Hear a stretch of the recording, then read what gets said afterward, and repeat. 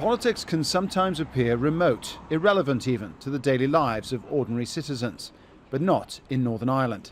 Political differences here are deeply felt, and the lack of a functioning government is having an impact in all parts of the public sector. Transport, roads, justice, environment and health, all of them left treading water, but in reality they're sinking.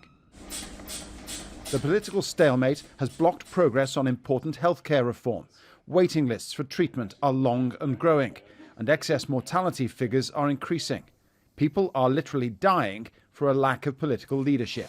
What has happened as a result of that is we haven't had a budget, so we haven't been able to plan. So anything that is being done at the moment is done in the old way, and no ability whatsoever to plan and to think to the future. So it is purely firefighting at the moment, with the service under so much pressure, and more pressure than we've ever seen it under.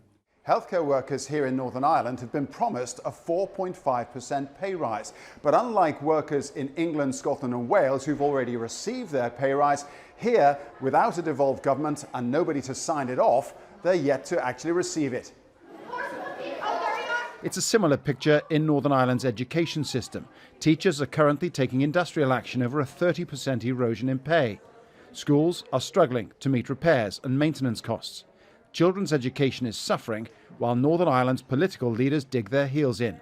We are at a point now when the vast majority of our schools at every sector are in huge financial deficits. In fact, before COVID, the outstanding figure for education was £1.5 billion, and for this small place that is a lot of money.